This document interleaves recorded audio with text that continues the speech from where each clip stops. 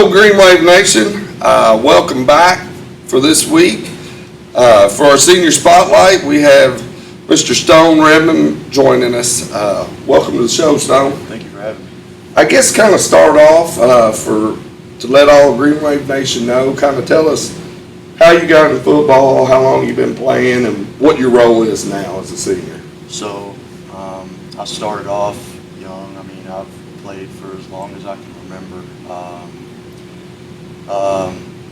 It's really special playing. I really love the opportunity to play the game. It's been the only game that I could really stick with growing up and stuff, and it's very special to play. So what do you play now as a senior, position-wise? I'm an inside linebacker and a running back. Well, for those that weren't at the game last week, and I'm sure me and Coach Mofield will get into this later on the show, it was a tale of two halves, but man, did you and Kate connected on a big play there at the end of the game for that go-ahead touchdown. Kind of tell us about that and how that felt. So the play was not designed. That was not designed to happen at all. It kind of just happened, I guess, out of luck, I guess. I ended up open, kind of on the left side. It was a boot. It was actually supposed to go right, but I guess he saw me, and we just connected and ended up working out for us. Came together beautiful, didn't it? Yeah. That had to be huge. It was. Getting that go-ahead touchdown and ultimately sealing the game. So that was congratulations on that, and to the whole team. But I know that was a special moment. I guess we'll kind of, when you're not playing football, kind of tell us about Stone. What are you going to be doing if you're not in football weight room or down on the field practicing? Well, normally I'm lifting. I like to lift a lot, and other than that, I'm normally home, not doing a whole lot really. So taking it easy. Yeah, kind of, in the off season, maybe work a little bit and stuff. That's about it. Playing football, that's a full-time job in itself, so you got to take it easy when you can, don't you? So if we're riding around in a car, what are you flipping the radio to? Definitely any country station. Country? Yeah, that's my WMG? Yeah. Sure, yeah. But going to the country, if we're going to stop and eat, what are you picking to eat? Anywhere fast, really. Probably McDonald's. Just something basic, something quick and easy. I love McDonald's. So you're going for the fast food? Fast food, yeah. So I guess you're hating life right now that Yeah. McDonald's is under construction. Yeah, it's a little sad, but making it. Yeah, it looks like they're coming along, but they got a little ways to go, don't they? So, like movies, what's your favorite movie? Oh, my favorite movie. Probably the newest Batman. It's my favorite movie. Yeah, they haven't made one in a while, and it was just exciting. Yeah, that's there's several versions of Batman in there. But that's always a good action flick. And I guess you've came up through the youth program, you played at the middle school level, now you've worked your way all the way through high school to your senior year. Looking back on that, what's it mean to be a part of this Green Wave football program for you? It's extremely special. Like you said, going up from youth league all the way till now, all the way up through high school, it means a whole lot. Just coming up through the program with just all the work that the team has put in throughout the years and stuff. It's extremely special to be a part of it. Yeah, it's something that, well, I'm sure your dad's told you about this. It sticks with you for life. It's a great opportunity, and I'm glad that y'all are still thriving. And speaking of that, it's been a long road trip, 3 weeks on the road, been playing at everybody's homecoming, wrecking them, thankfully. But we get to come back home this Friday night. Kind of talk about what it means on a Friday night to walk out them doors and look down on Hamilton Field, Death Valley, and just kind of, for anybody that's never done that, what's that like? It's, it's otherworldly. You know, we're kind of the, you know, like in Central and E-Town and stuff, they have a bunch of schools in the Hardin County area, and we're really the only team here. So, you know, we have the whole town kind of looking down on us and stuff, and it's just extremely, it's a blessing to be able to walk out of the doors and play, and it's beautiful. Gets that old heart pumping, don't it? Yeah. And, you know, and kind of bringing this all full circle, you know, if you had a young guy, elementary age, deciding whether he wanted to play football or not, what would you advice be to him? I would tell him definitely to play and to stick with it, because there will most definitely be hard times, but there's a lot better times than there will be hard times. It's the end result of playing is worth it if you stick with it. Yeah. Definitely. Yeah. And then, you know, the season's half over now. Your senior year is going to fly by.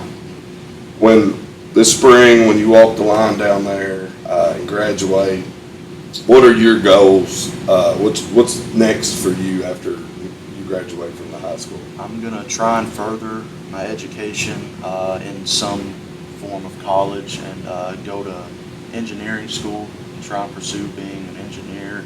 I'm thinking mechanical right now, so. Yeah. Awesome. Yeah, that's a great field to get into. Well, Stone, we wish you the best of luck Friday night and for the rest of the season, and we sure appreciate you stopping in here and talk to us today. Thank you. And for everybody out there, we'll be back in just a second with Coach Mofield. Nation, we are back for another week of football on Coach Larry Mofield Show. Rolling into district this week, back home, a lot of big things happening, but first and foremost, we'll take a look back at last week's big win against Bardstown. Chad, we pulled one out. It was looking bleak at halftime. Set down 17-0, just got a touchdown taken off the board on what I thought at that time was a very good call. In hindsight, I think it was the correct call.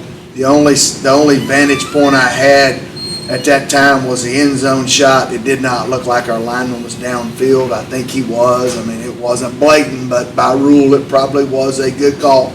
And I said something to the official at halftime, and I'll probably go back and apologize to Rob Trantham at some point.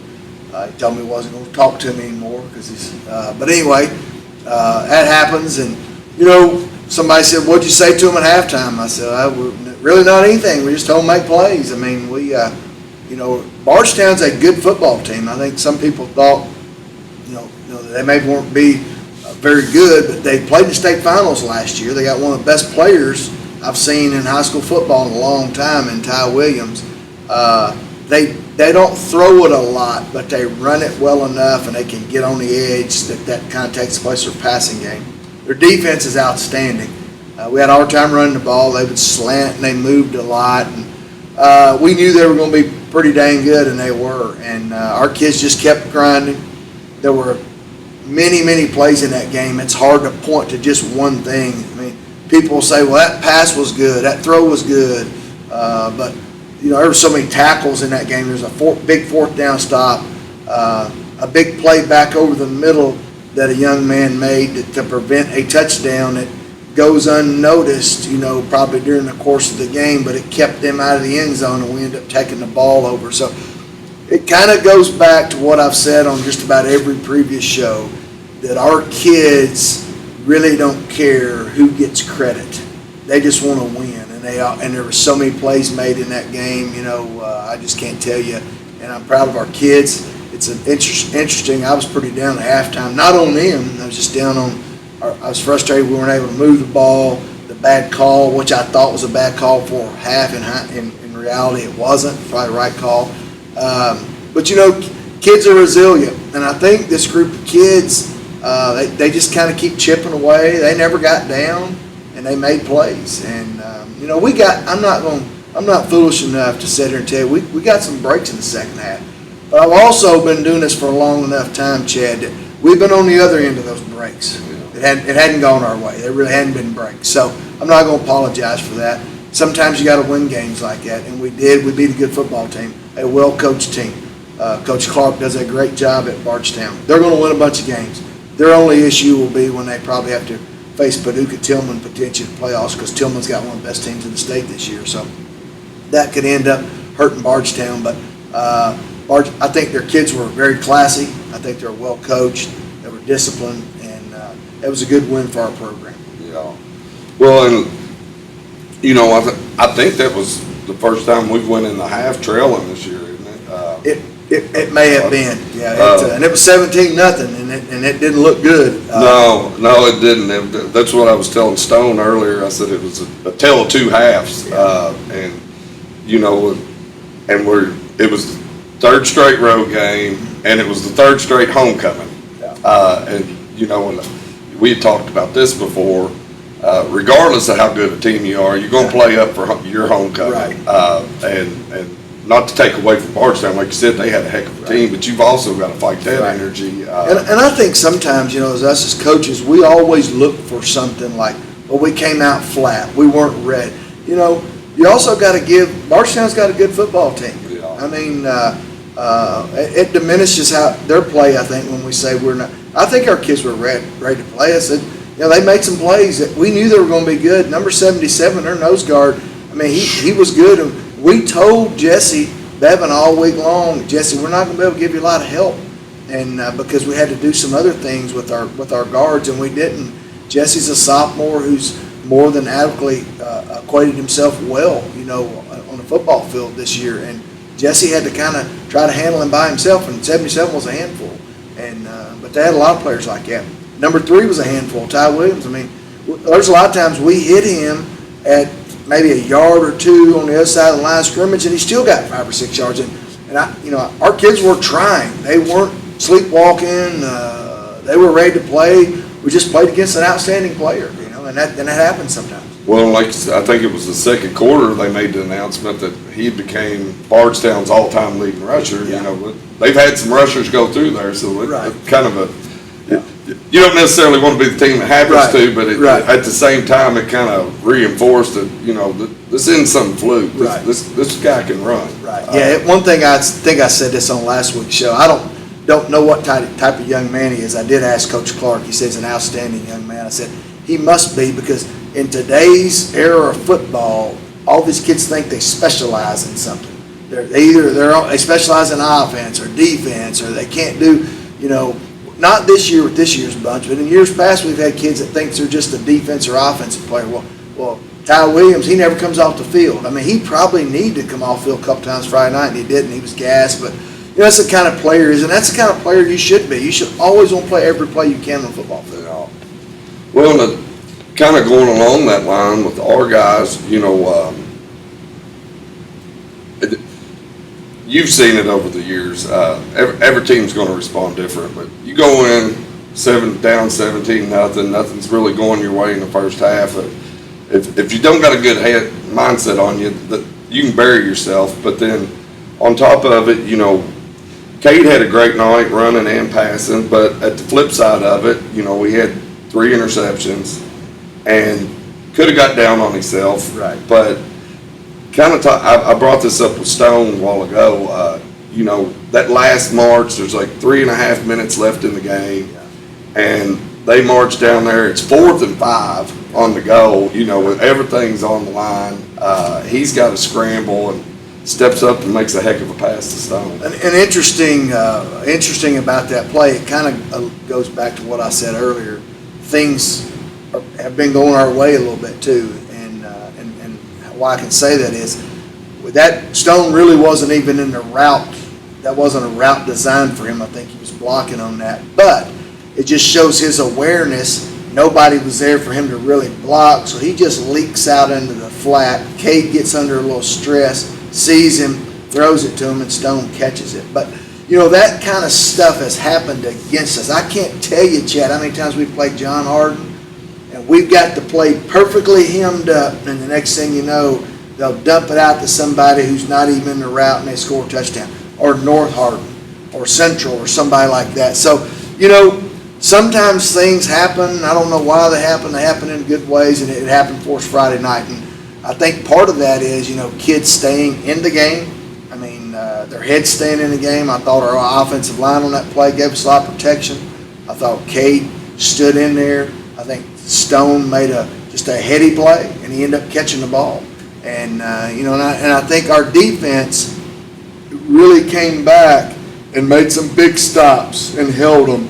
And the last two games, our defense has really stepped up. I mean, we didn't play our best offensive game against Davies County. Our defense just kept grinding. I think we gave up 14 points there. We gave up 17 points Friday night to one of the best rushing teams in the state of Kentucky. So I think not only did we make a play there at the end, but our defense throughout that whole game was steady. Well, I was looking, and the the running back, he had 113 yards and touchdown. The week before, he had like 244 yards and 5 touchdowns. So, Yeah. I think you're not going to contain a guy like that all night long. So I would think that holding him to 113 yards on the night and 1 touchdown is not a bad deal. Yeah, he's a special player. He's going to obviously play at the next level, I think. Probably as a kind of a, slot receiver, running back. He can return kicks, I think, instantly. What level he plays at, I don't know, but he's an outstanding player. And seeing a young man like that and a team like that will only help us as we're moving forward. And I told everybody, and I knew once we got to that Bardstown game, because they played the state championship game last year, that things would really start. And this between us and the people out there watching this, I really wasn't excited about playing them. In December, I talked to one of their assistant coaches and I'm like, I don't know if we want to do this, because I knew what kind of team they had coming back. Yeah. Didn't know exactly what we were going to have. Felt pretty good about what we were going to have back. But I knew what our district schedule was potentially going to be with PRP, with Manual and St. X, and I'm like, I want to add the 3A state finalist on top of this. So, but we did. We kind of had to. It's either that or drive 2 or 3 or 4 hours to play somebody. And I'm getting too old to make those bus rides, so I need to go somewhere a little bit closer. Yeah. So, anyway, it was a good win for us. And let's, I guess, just kind of wrap up to give a little shout out to the defense. You've kind of had one of the nice things to see this year is, you've got several that are always up there in the tackles, but it seemed like about every week we've had somebody else step up to be the leading tackler, and which means we're not a one-man show. Right. And this week it was Ethan Kaiser coming in with 12 tackles to lead the defense. And I think Ethan, first of all, is an outstanding young man. I think if he were sitting here, he'd tell you one of the reasons that leads him to be able to do that is our defensive front, when they're doing a good job, they're keeping people off the linebackers. But having Ethan Kaiser back in the lineup has been huge. He played a ton as a sophomore, probably started most of the season, if not all the season, as a sophomore. And getting him back, and he's just so coachable. He's going to do things right, and then plus he's very physical. And so having him back was huge. His leadership, he's a good mentor for all of our kids. Even though he's a junior, he's a leader and he's a mentor for all our kids in a positive way. So, you're right. We're not a team of superstars, and I think that goes back to all of our kids. They seem to like each other. They seem to root for each other. They have a good time with each other, and they're all probably be super, super excited that Ethan had 12 tackles last week because they like him, as a teammate, and they know he's a good player. So that's one thing that's really fun about coaching this bunch. There's nobody that really, everybody kind of, they get on each other a little bit, but they have a good time and they root for each other. And it's great when you make a big play because they're all out there, patting each other on the rear end, and they're excited for one another. And that's something that's, it's hard to coach. I mean, I think sometimes teams have it, teams don't. You could have a more talented team that doesn't have something like that and not win very many games because of that. And then you got a bunch of guys that, we got a lot of guys that are similar. I mean, they're kind of similar size. They don't, we don't have a 6'5" wideout out there to throw one up to. We don't have a 4'3" guy out there. We don't have a safety that's 6 or a corner that's 6'4" is a lockdown corner. We just got a bunch of guys that have to do their jobs, and we're asking a lot of them, especially with the schedule we're about to play, to try to do their best. Yeah. Well, and just hitting on that, you brought up the receiving corps is the same way. Game or two ago, it was Bennett, them leading in the receptions this week.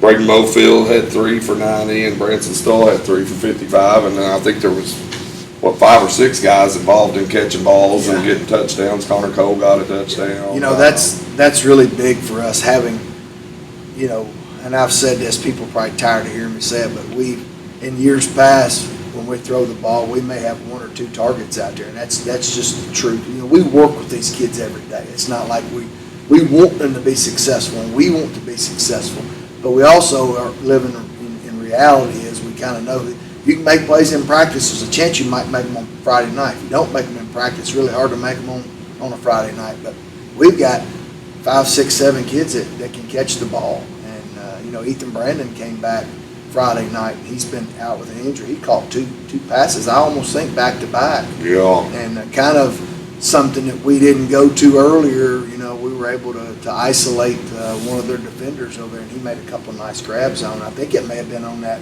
It could have been on that last drive we scored on too. I think it was, but that's big. He's part of that group, that receiving group. Keep them from focusing. Yeah.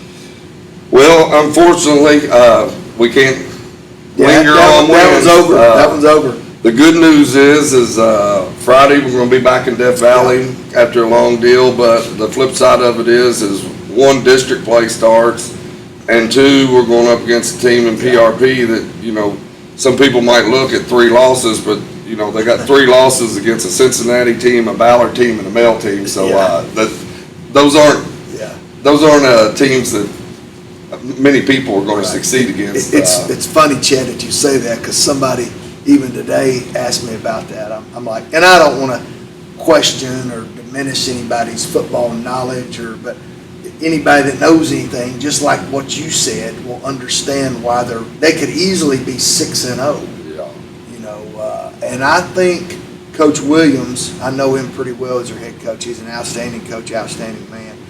He schedules like that, because how in the world do you get ready for? In his district in the past has been Butler. We took Butler's spot in that district. It's been Butler, Manual, St. X. How you get ready for that if you're playing? So he has to play good football teams, and they don't back down. They kind of know the end game for them is it's going to get your district, and you're going to have to play good football teams. So why not play it? I think all those, like you said, all those teams they've lost to are outstanding teams. PRP has an outstanding team. They're huge up front. I don't think I've ever seen. I don't know if it's the biggest man for man. It might be the largest average I've ever seen of a line, because they have one player that's probably 380, 390, and another one's probably 330, 340. So that takes the 260 guy.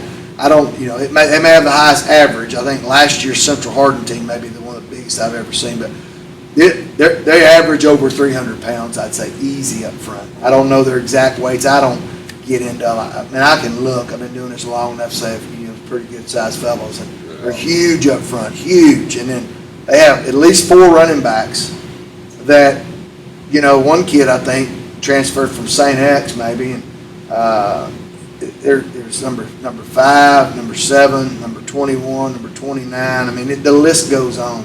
Their quarterback's really good. He's a tall kid that manages their offense well. He throws the ball well. They got some tall wideouts.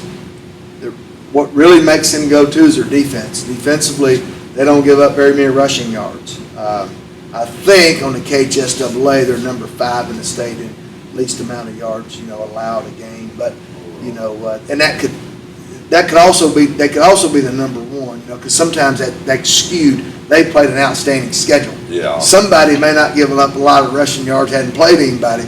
Well, PRP's played somebody, so it means a little bit different. So in my eyes, they might be number 1. And our kids know that. Our kids are smart. With today's technology and all, they know there aren't any secrets out there. They know where PRP is. They know what they got to do. It's going to be a hard fight. They are very physical. It's like they come in and we'll have to be physical. We already know we're undersized, but Chad, I'm not sure in 34 years I've been a head coach, or 20 years I've been a head coach, how many teams we've outsized. I probably could count them on one hand, may not need all fingers. And in the 34 years I've been here, I can't tell you how many teams we've outsized. Now, back in 2013-14, we had a couple defensive ends that were 6'5", 240, 250. We may have outsized a team or two, but we don't have those. They're walking the halls of the high school now. And every day I beg them to come out. Can't get them to come out. You know, people want to know, Coach, how come you're not even bigger than that? Well, it's not from a lack of trying. And every day I stand out in the halls and I don't know if dude get them out. I mean, you know, PRP somehow gets them out. In E County, they run from football here, you know. But anyway, I like the guys we got up there now. I wouldn't give anything for the guys we got out now because we got a lot of guys that they may not be as big, but man, they fight. And they play with everything. And that's what, you know, that's all you can ask. I mean, you know, that's all you can ask. I don't know what else to do. But PRP is an outstanding team, well coached. We'll have our hands full. Well, and I haven't obviously seen the tape on them, but I was just going through some of their stats from the past weeks, and it looks like they like to run a little. Like you said, they've got a couple backs that a couple games ago both put up 100 yards, about 3 or 4 of them. And the way it looked, they're a little bit more run heavy than pass heavy from what I They are, and I think I would probably be the same way if I had an offensive line like that. I mean, you know, last year, I don't know. I think we ended up being a pretty balanced team. But last year, I mean, we were similar to what PRP looks like now. We had 2 guards that weighed 300-plus pounds. The center was pretty good size. You know, when you got size like that, you can do some things. You know, their backs can get in behind those linemen, and sometimes you can hide behind them. You know, and so yeah, that size has a big advantage. So we'll have to be able to get some stops. I mean, you're not going to completely stop them. I'm not naive enough. But every once in a while, you're going to have to get a stop. And we're going to have to do something with the ball, too. I mean, obviously, we know we'll have a hard time running it because they don't. But you can't abandon the run.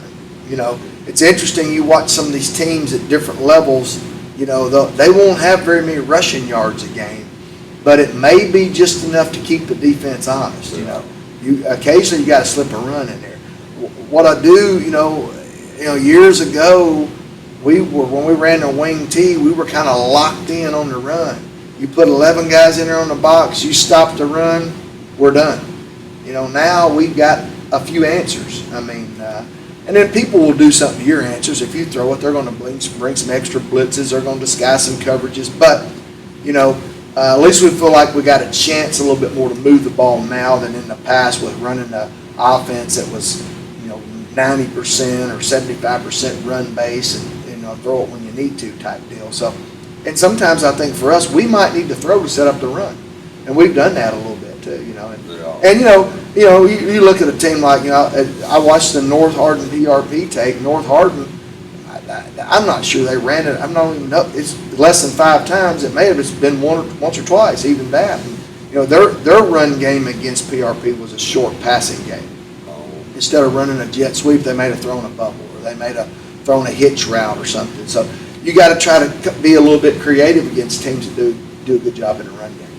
Well, looking at their stats, it looks like they got a pretty good secondary. I think they've had at least an interception every game, and then I think the North Hardin game they had 3 or 4 interceptions. So well, just as their offensive backfield kind of mimics in their athleticism and their secondary. Their secondary is very strong. Their outside linebackers are strong. Really, they're really good. Obviously, if you're the number 5 team in the state in rushing yards allowed, you're probably pretty solid everywhere. But their secondary's good. I think they could play man coverage. I think they'll play zone. I think they mix it up. So, you know, they're not going to give up any home run type plays either. They're going to probably, you know, keep things in front of them. And that tells you when you have interceptions, that tells you that you're probably disciplined because you're in your zones. You're doing what you're supposed to do. So, yeah, they're overall, they're a good football team. I mean, and we've had a little, you know, it's not like, and we've been telling our kids, it's not like the first time we've ever played PRP. Now, it's the first time these kids have seen them, but, you know, PRP used to be back in our district in the early 2000s. It was PRP, Butler, North Hardin, I think, those us 4 teams, maybe Central, but I know for sure that it was those 4. And PRP's been a traditional Louisville power for years. I mean, it's not like they've just come onto the scene. You know, they've been around, and we've had a little history with them. It has been a while since we've played them, but we had a home and home with them, you know, probably 6-7 years ago, I think. And but anyway, it's been a while, but we've seen teams like this before. You know, it's not the first time. So but being in that district is presenting a new challenge, because, you know, obviously some of the best teams in the state, you know, are in the district we're in. Yeah. Well, Coach, we wish you the best of luck, and hopefully we'll be back here in Death Valley on Friday. Chad, it seems like a long time. You know, we've gotten so used to the road that I think we've done a decent job as far as getting prepared. You know, I mean, there's a lot of things that go into high school football. People don't understand this. It's not like college where they just tell somebody to go get the stuff and load it on the bus, or they know. We don't have equipment managers. Our coaches are packing stuff. Coach Trotter, you see him every Friday night. He has to get there 2 hours or 3 hours before the game to get all this video stuff set up. There's a lot that goes into this that people don't see. And, you know, coaching high school football is fun. It's rewarding. But there are other things than just playing the game on Friday night. You're running kids to Battletown, Painville, maybe Muldraw, or washing jerseys, or doing this and that. So there's a lot that goes in it. So it's nice when you get to play a game at home, because you know, things are already kind of set up for you, and you don't have to worry about getting home real late. But it'll be nice to be back. You know, I don't know what kind of crowd we'll have, you know, with it being leading into fall break. There was some discussion about maybe moving the game up a night, and I said I'm not sure that matters, because sometimes in my experience with fall break is if you give people a week off, they'll take the Friday before the week off. If you give them the Friday before the week off, they'll take the Thursday off. If you gave them a Thursday off, they'd take the Wednesday. If you gave them 2 weeks off, they'd take the Friday for the 2 weeks. So I'm not sure it matters. I mean, you know, now the diehards will be here. They'll show up tomorrow night. Moms and dads, aunts and uncles, maybe grandparents, girlfriends will show up. But I think you never know, and that's something we can't get caught up in just because people head to the beach or head out of town. But you know, fall break's a pretty big deal around here. I think it ranks right up there with all the holidays. You know? It's always interesting to me. We just come off a 3-month break, and then we got to come in and take a fall break. Go straight I back. tell you what, you could take away spring break around here before you could take away fall break. People would revolt, I think. But anyway, I think the diehards will be there, and that's what we're concerned about. You know, we can't control the crowd. Yeah. I tell kids all the time, we can control the product that's on the field. If there's 20 people there or 2,000 people there, we got to perform regardless. Yeah. Well, we wish you the best of luck. Chad, I appreciate it. Thank you. Green Wave Nation, if you're in town on Friday, get down here to Hamilton Field, and let's make Death Valley as loud and unfriendly in a sportsmanly way for an opposing team to come in here. We're kicking off district. You know, every game's big, but this is just the next step of it. So we hope you all get out here and watch one of the funnest teams you'll see this year play anywhere else. So come on down to Hamilton Field Friday night. Thanks.